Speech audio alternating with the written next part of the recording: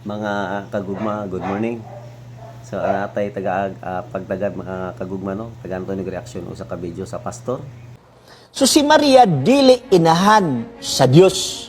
Usbon ko, unsa may ibot ipasabot, nag-anak si Maria og Dios, ang Dios nagsugod ni atong 4 BC. Sa diyang gianak ni Maria si Kristo, dito nagsugod ang Dios.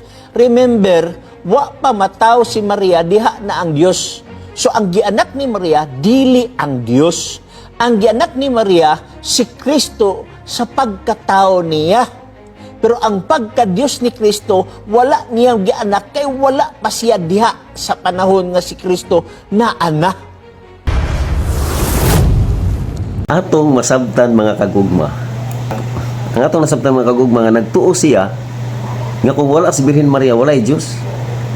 Puro busy pa kuno, matod pa niya.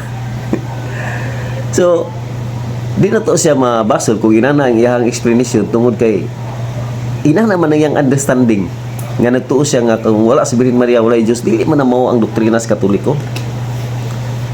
Ang doktrina sa Katoliko, ang Diyos kini mang Diyos Trinity, 3 distinct person in one God, tulo ka nagkalain-laing persona diha sa kapagka-Diyos. Mo na siya ang Diyos. Kanang Diyos walay sinugdan ug walay katapusan, diha na sa wala pa ang bisan unsa. Ang second divine person nagpakatao tungod sa gugma sa Dios, no? Ato unang mabasa sa San Juan 3:16, kay gihigugma sa Dios ang kalibutan ug tungod ni ana iyang gipadala iyang bugtong anak aron sa bisan kinsa ang mutuong musalig kaniya dili malaglag hinuon makamaton sa kinabuhi nga walay katapusan. So tungod sa gugma gipadala niya, munang ang iyang anak nagpakatao. So maayong timan-an diha na siya sa wala pa bisan unsang butang tungod kay Dios man. Pero kay nagpakatao man siya, ni-assume siya og human body, niagi siya sa sabakan ni Birhen Maria. So maayong timanan nga ang second person, isa na ka persona ha. Isa na sa persona, wala say persona sa pagka-Diyos o persona sa pagkatao, wala. Usar na sa persona. Ni-assume siya og human body, mo nang gitawag siya og Diyos og tao nga matuod. Sa dihang gisamkon siya ni Birhen Maria, ang gisamkon ni Birhen Maria, ang second divine person nga ni-assume og human body, naa sa iyang sabakan. Muna ang iyang gianak.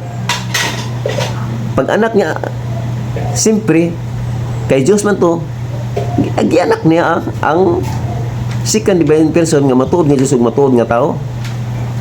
Nya karon kay nituo man mo nga si Ginoong Kristo Diyos, kinsa man ang mama ni Ginoong Kristo nga Diyos? Si Birhen Maria. Therefore, si Birhen Maria, Mother of God. Wala na magpasabot nga kay Mother of God siya, walay Diyos kung wala siya. So mo na atong nasabtan sa explanation sa inyo hang theologian, no? Muna to nasabtan busa, di na to mabasol nga inana yang explanation kay mo man yang iyang nasabtan. Pero sa Katoliko, si Birhen Maria gitawag lang siya og inahan sa Dios tungod kay pakatao man niya si Ginoong Kristo. Niya si Ginoong Kristo kay Dios. Siyempre ang tawag na to kang Birhen Maria, inahan sa Dios, Mother of God.